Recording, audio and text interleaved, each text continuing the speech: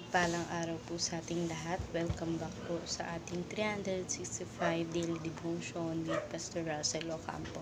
So, ang topic natin for today is bakit natin dapat tignan ang pagsubok ayon sa kung sino ang Diyos. And may concept po ito na ex nihilo. Ex nihilo is a Latin phrase meaning out of nothing. It refers to the Christian belief that God created the entire universe with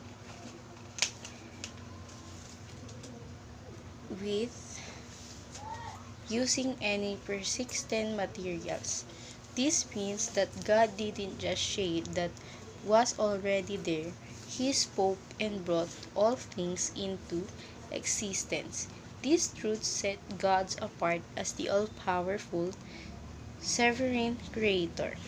He alone has the power to create something from nothing. And makikita po natin to sa Hebrews chapter 11 verse 3.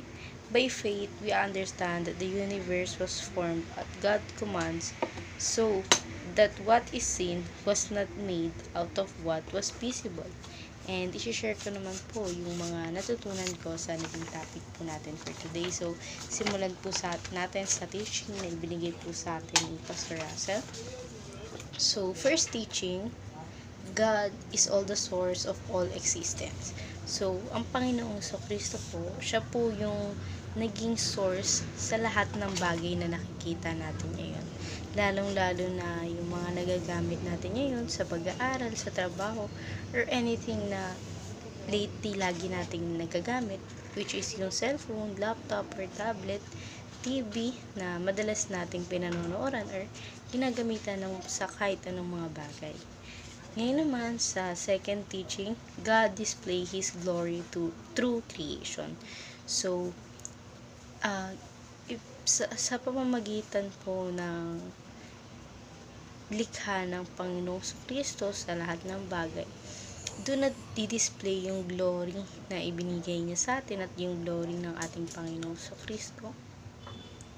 Dahil sa pamamagitan ng bagay na yun, makikita natin kung gaano kabuti yung Diyos sa buhay natin, kung gaano niya tayo kamahal, na ibinigay niya lahat ng bagay para lamang sa atin, di ba? Ngayon naman sa third teaching, God gives hope to hopeless situation.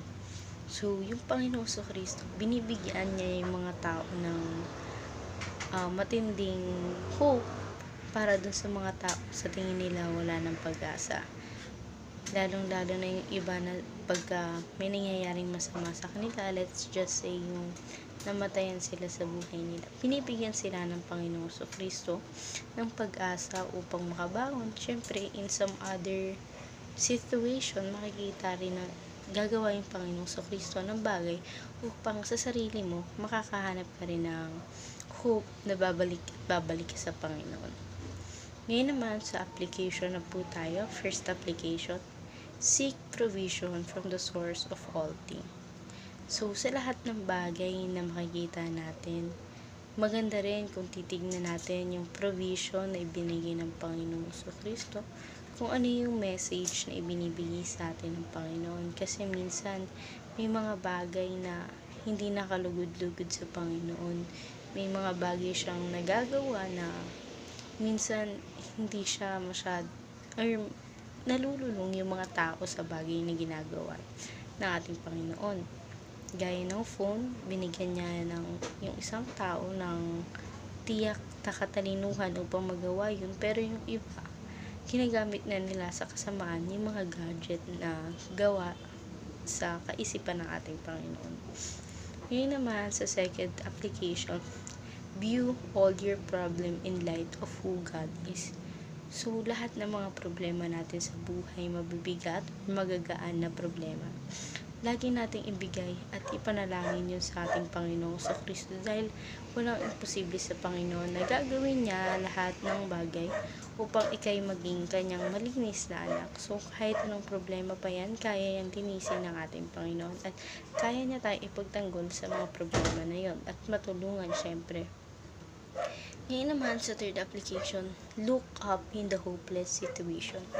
So, ayun nga, gaya nga kanina na kung sa tingin natin wala na tayong pag-asa, mas dun pa tayo humugot ng lakas, or mas dun pa tayo humugot dapat ng katiyakang pag-asa na ibibigay sa atin ng Panginoon. Dahil nga minsan binibigyan niya lamang tayo ng pagsubok upang sa ganun may matutunan tayo sa pagsubok na yun. Ngayon naman sa discussion, how does believing in the creation ex nihilo gives you hope times when it seems there is no hope? For me, may mga bagay kasi na ibinigay yung Panginoon sa Kristo, ng mga bagay na minsan nakikita akong may hope doon.